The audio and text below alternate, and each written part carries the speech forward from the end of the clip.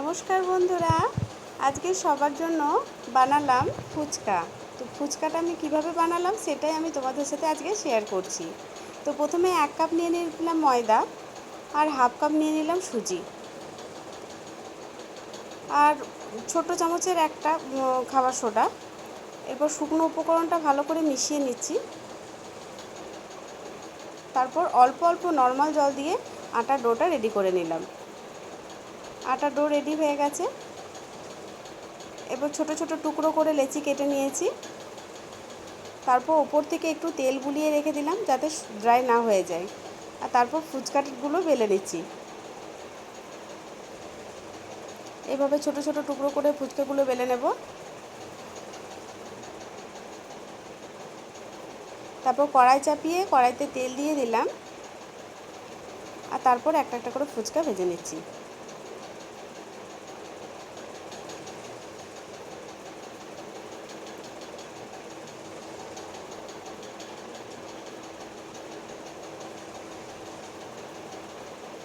একটা একটা করে ভাজলে হবে না, অনেক সময় লেগে যাচ্ছে, এই জন্য দিয়ে দিচ্ছি 4-5টা করে একসাথে।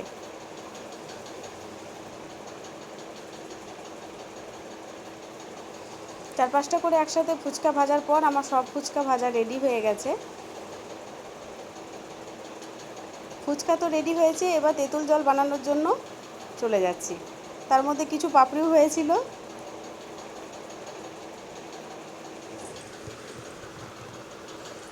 এরপর ফুচকার জল বানানোর জন্য প্রথমে একটা মিক্সি জারে নিয়ে নিচ্ছি আমি খানিকটা ধনেপাতা, কয়েকটা কাঁচা লঙ্কা আর তেঁতুল ভিজিয়ে রেখেছিলাম সেই জল একসাথে ব্লেন্ড করে নেব।